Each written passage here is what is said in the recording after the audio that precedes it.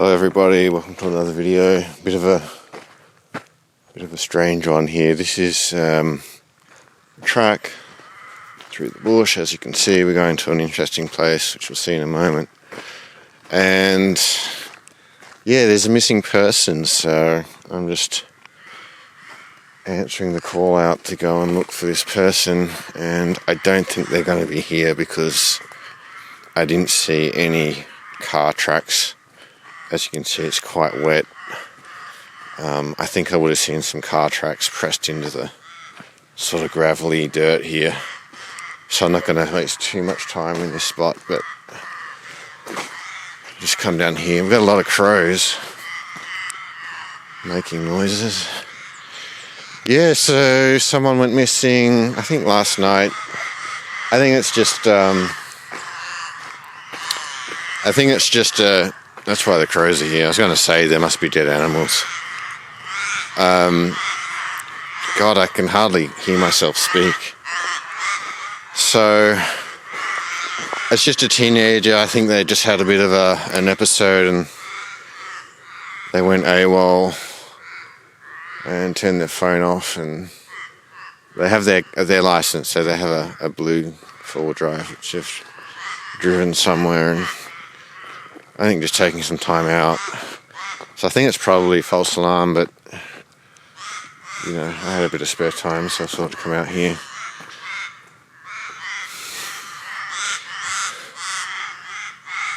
I'm not sure that's legal dumping of animal waste, but anyway.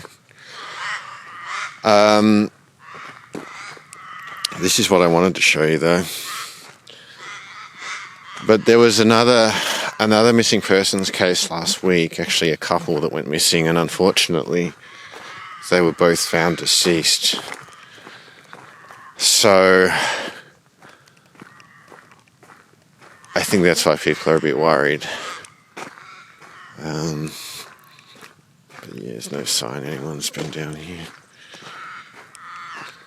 So this is a sawdust dump, guys, a sawdust waste dump.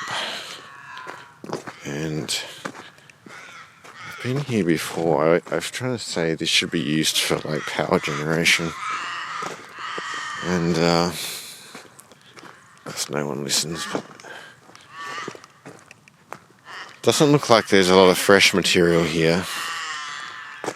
And I think how many trees had to be cut down to generate all this stuff. But yeah, as you can see, like it's pretty. There's actually another pile over there, although not as big as this one. This is like almost its own. It's like a plateau, like a giant slag heap. You can climb up here if you ever needed sawdust for the garden or something. This is the place to go. And you sort of sink into it in places like quicksand.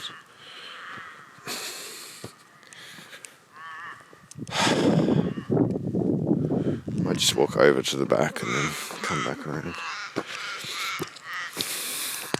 So yeah, apparently this person was seen driving south, and I can't really justify driving too far south because of the fuel cost and everything, and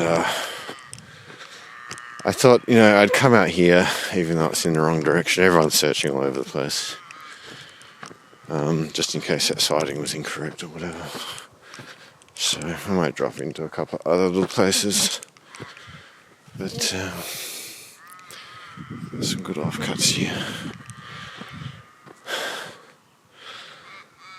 This is all hardwood too, by the look of it.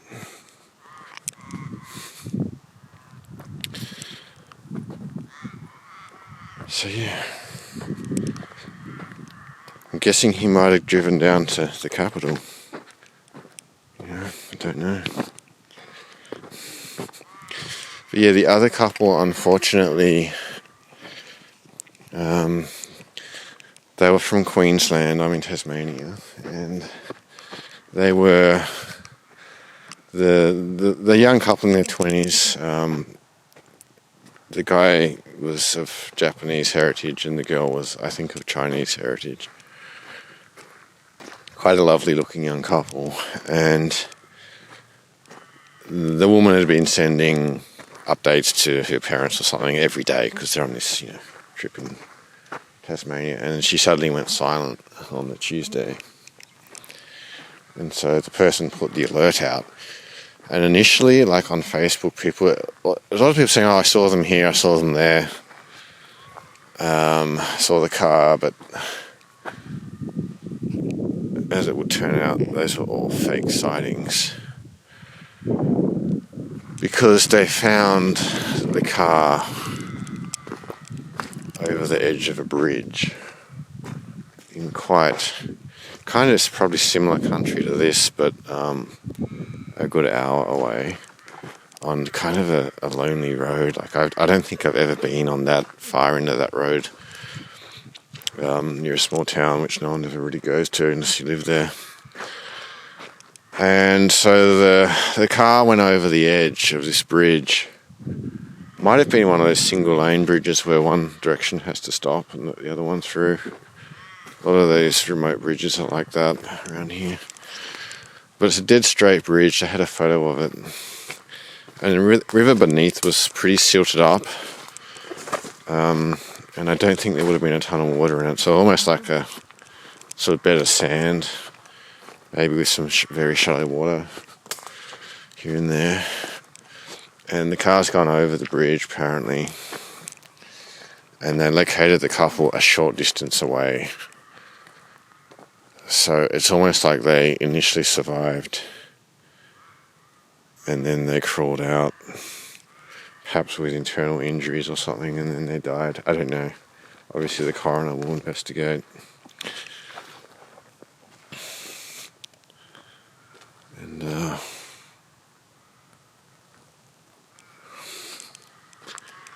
just having a bit of a sticky beak while I'm here.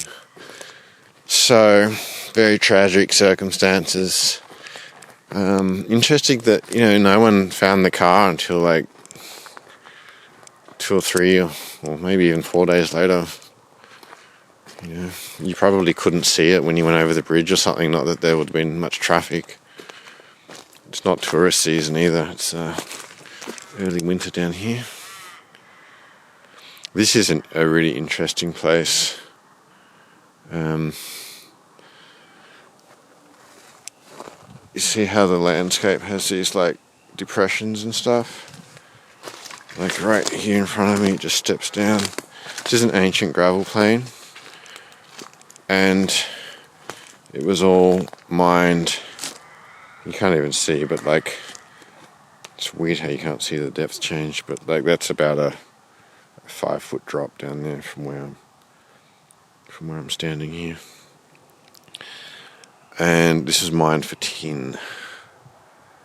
The mineral is cassiterite, tin oxide, and they had huge steam-powered water monitors, basically water cannons, and they would just erode out big channels and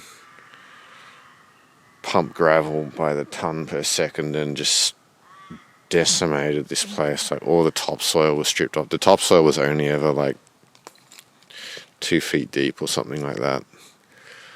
And that's why the forest has really struggled to come back. Like this is compared to like 20 years ago, it's actually just starting to accelerate the recovery, but they haven't mined here for probably 100 years plus. And the only trees that would grow here for a long time were these ones. Because they don't need, liquid casuarinas, they don't need much nutrition.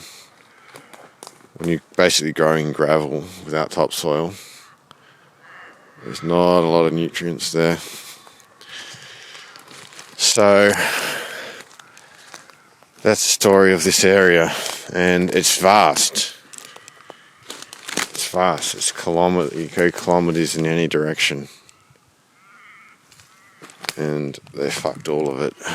That's why the creeks and rivers are silted up.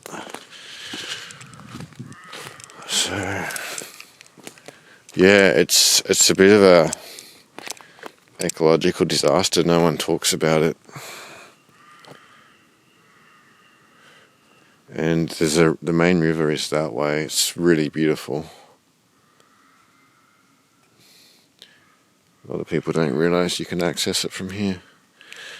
Take you down there one day, maybe.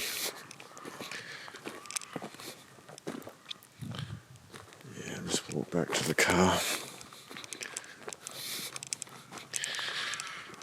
Yes, there have been a few tragedies lately in the state with, wilderness misadventures and people drowning and falling off cliffs and shit like that.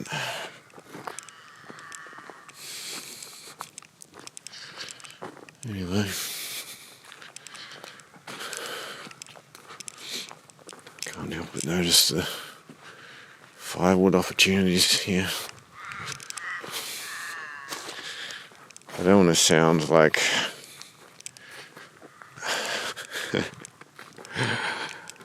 like a chancer, but I always thought, if you do want to come out and get some firewood without a permit, not saying I would ever do that, of course I wouldn't. I would never do such a thing, but if you were going to do that, you would probably do it when the police are busy. Now, is that a fucking jelly mold? Folks, is that a jelly mold? What the fuck is that? Ah! Or is it like a gingerbread house thing? Cake tin, that's what it is. Maybe it's not, it's got a little hanging thing there. What do you think? If it weren't so rusty, I'd almost salvage that. People dump their rubbish because the tip fees are so high. I'm not sure what this is. It's like a pasta maker or something. I thought it was one of those odd toasters. Those old toasters are worth money nowadays. My grandmother used to have one for a long time. A couple of non-stick grill style frying pans. Got some glass saucepan lids. There's a nice electric frying pan there. Oh, we've got a PlayStation 2 game. What is it? SingStar.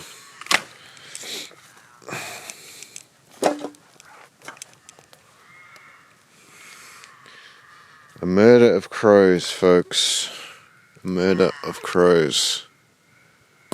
Making quite the noise. We're on the GH52, by the way. I'm on manual focus, I think. Yeah, I am. So sorry if that's been completely... I haven't even checked if I'm in focus the whole video. Yeah, it's funny the stuff people chuck out.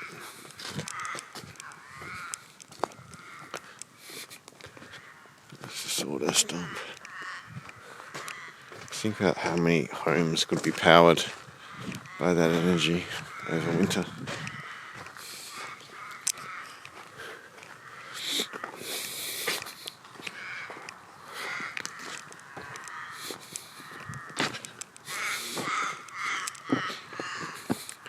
I really like crows. They're a bit annoying when there's a ton of them in one place, but they're very intelligent birds, and what I've noticed is they love roadkill in Australia, probably everywhere else as well. And what they'll do is they will sort of congregate around a dead animal on the road so that you can't see it, and then at the last second they'll fly off. And I'm pretty sure they're trying to get you to run over it, because they know cars generally avoid them, but if you can't see it till the last second, you will run over it and sort of squish it down so they can eat it better. That's my theory. And also what I've seen them do on that same road now is there'll be like one on each side of the road sitting on the fence post, and as you're approaching, there'll be a dead animal on the road between them, and as you're approaching, they'll fly. One will fly one direction, one will fly the other direction. And it's like they're trying to distract you so that you accidentally run over the animal. It's brilliant. There's videos of them like dropping nuts on, or seed pods or something on a road so cars will run over it. These birds are really smart. I often think the bird brain, the much maligned bird brain, is actually the best brain on the planet, because the brain has to be very small and light, so however it works, it must work very efficiently, because birds they do have small brains, but they're very intelligent. Oh look, we're having a echidna. These are they have very bad eyesight. I'll sneak up on it for you. Sneak up on the echidna.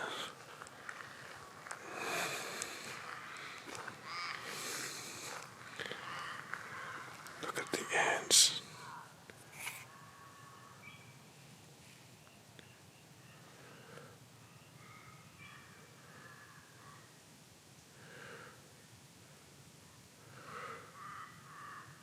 You see all the ants it was eating?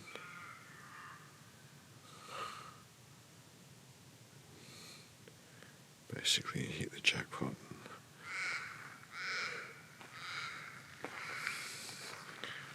I'll just walk away quietly. It's just hiding now.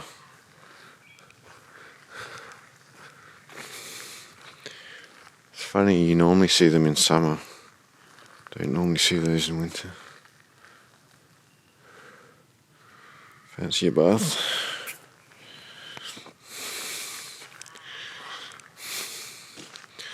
Or sit down, cup of tea.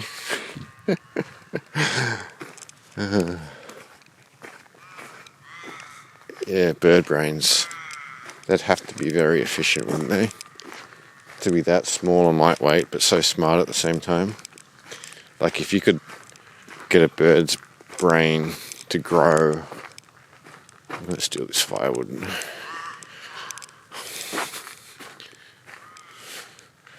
I'll just take one piece. To the size of a human brain, I think it would be a lot smarter than a human. Probably like 100 times smarter.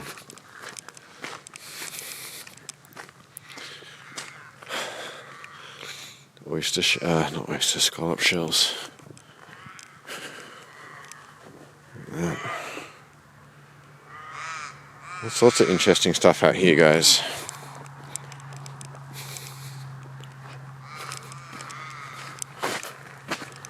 All kinds of interesting things to be found.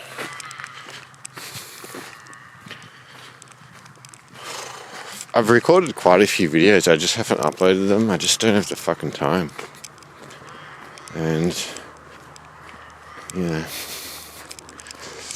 people don't like these long videos anymore. They want little short, snappy, low attention span. So I like long videos. I like 20-minute plus videos. So you don't have to constantly find the next fucking thing to click on, I don't have time to watch as many as I would like, but I do like the longer formats. So I think we can safely say no one drove down here in a state of anxiety in a large Toyota 4-wheel drive. I'm going to take this firewood as well. Nice bit of wattle. Fuck. I can't pick up more than 2 pieces. Car's up there, I don't want to dox my number plate. It's kind of stupid, like what do people think is going to happen if they show their number plate? Someone's going to report their car as stolen, so I don't know. I guess there are some fucking malicious people out there. It's done a great job, this car. My other car, which I bought after this one, fucking disaster.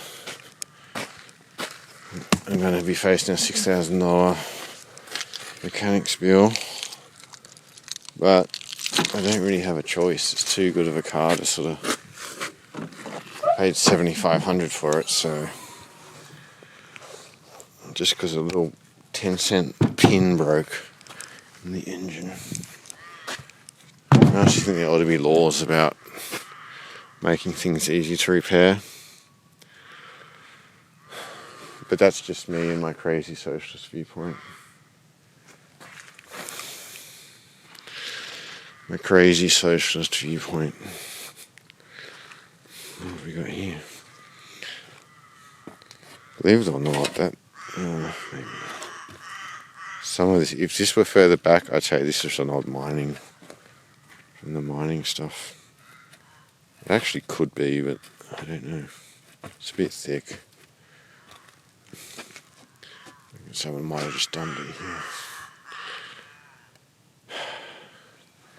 Anyway guys, I better get back in the car. Thanks for watching.